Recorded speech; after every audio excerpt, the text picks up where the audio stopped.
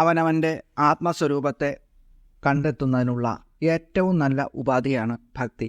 മറ്റെല്ലാ ആചാരാനുഷ്ഠാനങ്ങളും അതിനുള്ള മാർഗങ്ങളുമാകുന്നു. ഇത് മനസ്സിലാക്കാതെയുള്ള അനുഷ്ഠാനങ്ങളാണ് മിക്കവാറും ഇന്ന് കണ്ടുവരുന്നത്.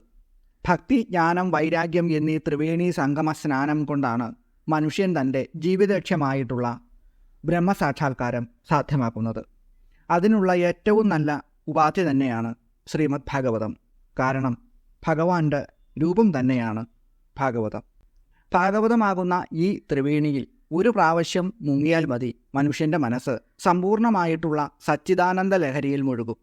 അതുകൊണ്ടാണ് മേൽപ്പത്തൂർ നാരായണ ഭട്ടതിരി തൻ്റെ ഗ്രന്ഥത്തിന് ശ്രീമദ് ഭാഗവതത്തെ തന്നെ ഇതിവൃത്തമായിട്ട് സ്വീകരിച്ചത്. പ്രണവപ്രകാശത്തിൻ്റെ പുതിയ അധ്യായത്തിലേക്ക് എല്ലാവർക്കും സ്വാഗതം. ഭാഗവത കീർത്തനം ഭാഗവതം പോലെ തന്നെ നല്ല ഫലങ്ങൾ നിരവധി നൽകുന്നതാണ്. ഭാഗവതത്തിൻ്റെ മഹത്വവും മഹാവിഷ്ണുവിൻ്റെ കഥകളും എന്തിനേറെ ശ്രീമദ് ഭാഗവതത്തിൻ്റെ കാതലായ ഭാഗങ്ങളൊക്കെ ഭാഗവത കീർത്തനത്തിൻ്റെ അതിമനോഹരമായ വരികളിൽ ഭഗവാൻ ശ്രീകൃഷ്ണന് നിവേദിച്ച അമ്പലപ്പുഴ പാൽപ്പായസത്തിൻ്റെ മാധുര്യത്തോടുകൂടി ഉൾക്കൊണ്ടിരിക്കുന്നു എന്നതാണ് വാസ്തവം.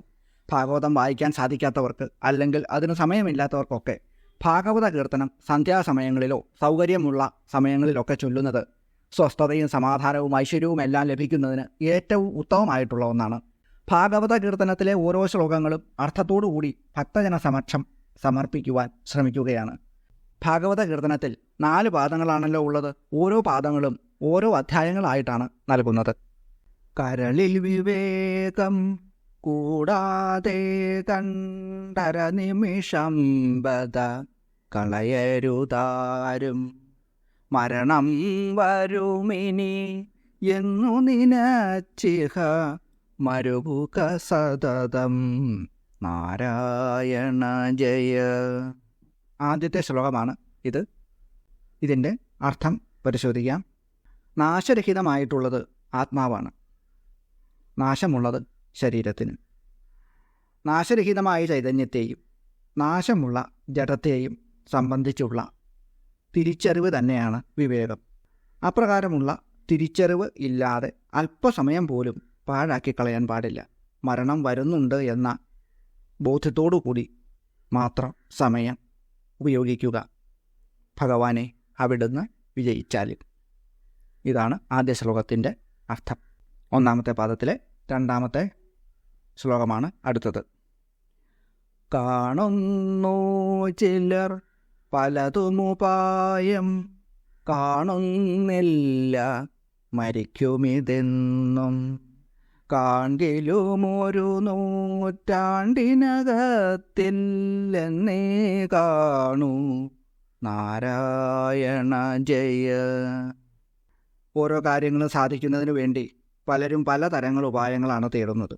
എന്നാൽ മരണം തീർച്ചയാണ് എന്നും അത് ഉണ്ടാകുമെന്നും ആരും ഓർമ്മിക്കുന്നില്ല. ഓർക്കുന്നവരോ അടുത്തെങ്ങുമില്ല. വളരെ കാലം കഴിഞ്ഞ് മാത്രമേ മരണം ഉണ്ടാവുകയുള്ളൂ എന്നാണ് കരുതുന്നത്. അടുത്ത ശ്ലോകം നോക്കാം. കിമപി വിചാരിച്ചിടുകിൽ മാനുഷജന്മനി വേണം, മുക്തി വരേണ്ടുകിൽ കൃമിജന്മത്തിലും എളുതായി വരുമീ വിഷയസുഖം ബദ നാരായണ ജയ.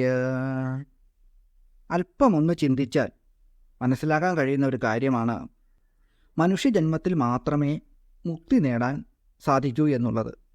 ഇന്ദ്രിയ സുഖം കൃമികളായിട്ട് ജനിച്ചാൽ പോലും ലഭിക്കുന്നതാണ്. ഭഗവാനെ അവിടുന്ന് വിജയിച്ചാലും. അടുത്ത ശ്ലോകമാണ്. കീഴിൽ ചെയ്ത ശുഭാശുഭകർമ്മം മേലിൽ സുഖദുഃഖത്തിനു മൂലം, സുഖമൊരു ദുഃഖം കൂടാതെ കണ്ടൊരുവനുമുണ്ടോ നാരായണ ജയ. ശുഭമായിട്ടുള്ള കർമ്മം എന്ന് പറഞ്ഞാൽ നല്ല പ്രവൃത്തി, അശുഭമായിട്ടുള്ള കർമ്മം എന്ന് പറഞ്ഞാൽ ചീത്ത പ്രവൃത്തിയുമാണ്. ഒരിക്കൽ ചെയ്തിട്ടുള്ള നല്ലതും ചീത്തതുമായിട്ടുള്ള പ്രവൃത്തികളാണ് പിന്നീട്, അതായത് അടുത്ത ജന്മത്തിൽ സുഖത്തിനും ദുഃഖത്തിനും കാരണമായിട്ട് വരുന്നത്. ദുഃഖം കൂടാതെ സുഖം മാത്രമായിട്ട് ആർക്കും കിട്ടുകയില്ല.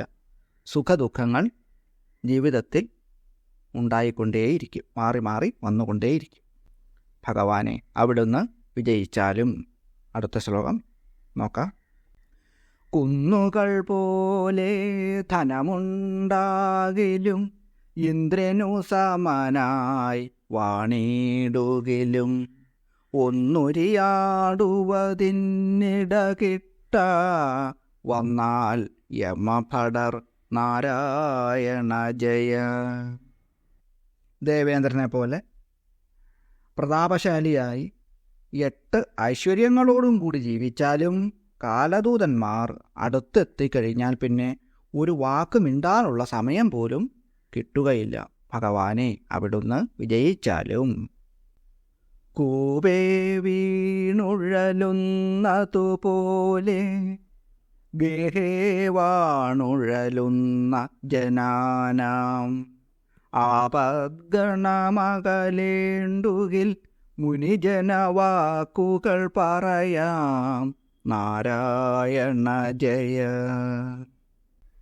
കിണറ്റിൽ വീണിട്ട് കരയ്ക്കു കയറാനാവാതെ വിഷമിക്കുന്നതുപോലെയാണ് മനുഷ്യൻ വിഷയികളായിട്ട്, അതായത് ഗൃഹസ്ഥ ആശ്രമത്തിൽപ്പെട്ട് കഷ്ടപ്പെടുന്നത്. അങ്ങനെയുള്ളവരുടെ ആപത്തുകളെല്ലാം അകലുന്നതിന് ഉപകരിക്കുന്ന മുനിമാരുടെ വാക്യങ്ങൾ ഇപ്പോൾ പറയാം. ഭഗവാനെ അവിടുന്ന് വിജയിച്ചാലും. കെട്ടുകളായതു കർമ്മം പുരുഷനു കെട്ടുകളറ്റേ മുക്തി വരൂ ദൃഢം കെട്ടുകളോ ഫല ഭുക്ത്യാതീരും കെട്ടായിനിയും നാരായണ ജയ. കർമ്മമാണ് ബന്ധനത്തിന് കാരണമാകുന്നത്. ബന്ധനങ്ങളെല്ലാം അറ്റുപോയി കഴിഞ്ഞാൽ മാത്രമാണ് ഒരു വ്യക്തിക്ക് മുക്തി ലഭിക്കുക. കർമ്മഫലം അനുഭവിച്ചു തീരുമ്പോൾ ബന്ധനങ്ങൾ അറ്റുപോകുകയും ചെയ്യും. ഭഗവാനെ നാരായണ അവിടുന്ന് വിജയിച്ചാലും.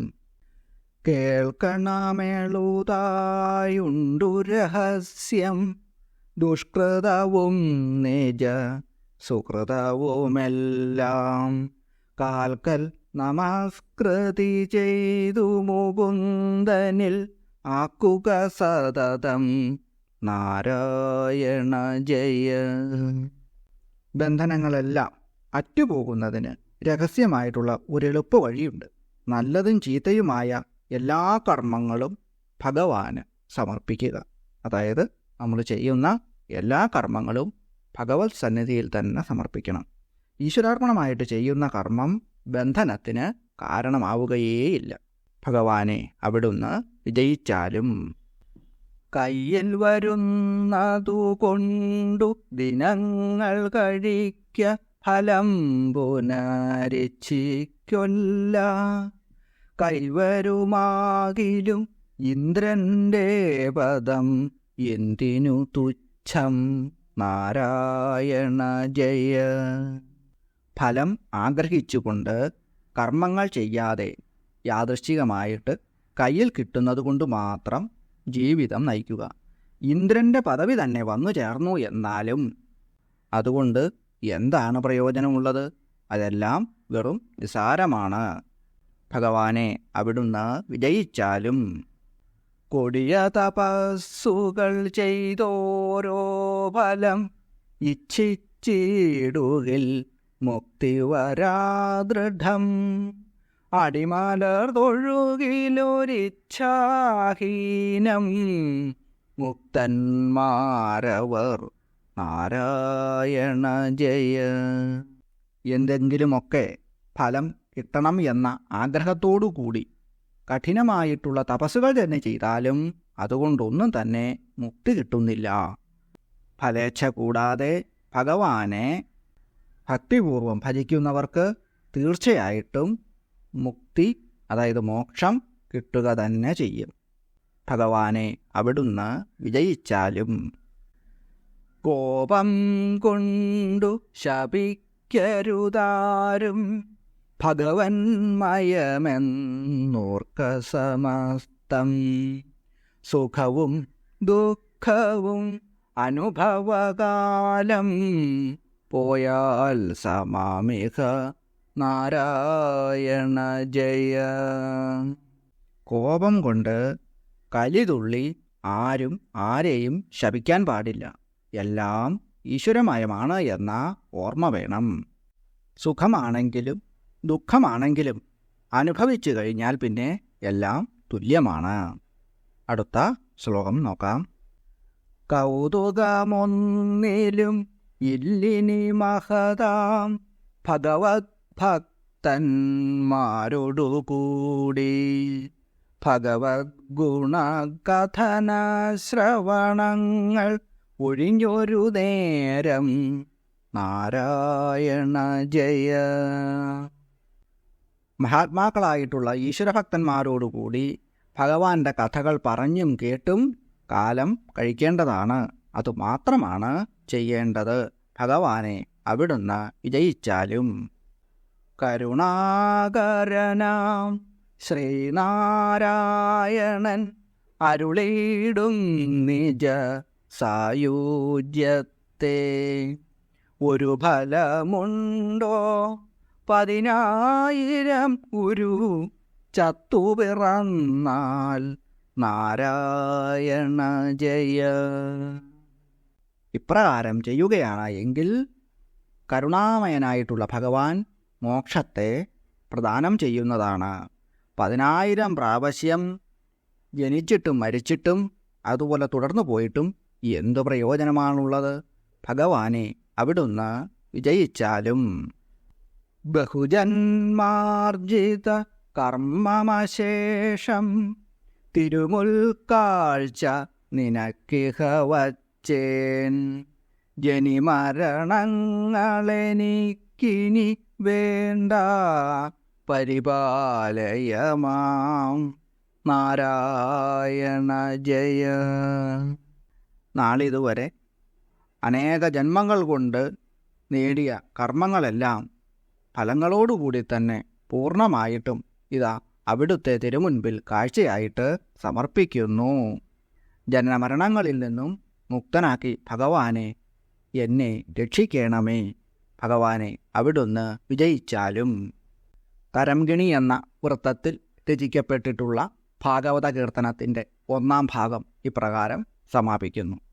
അടുത്ത ഒരു അധ്യായത്തിൽ ഭാഗവത കീർത്തനത്തിൻ്റെ 2-ാമത്തെ പാദം അവതരിപ്പിക്കുന്നതാണ്. ഭഗവാൻ എല്ലാവരെയും അനുഗ്രഹിക്കട്ടെ എന്ന് പ്രാർത്ഥിച്ചുകൊണ്ട് നിർത്തുന്നു. നന്ദി, നമസ്കാരം.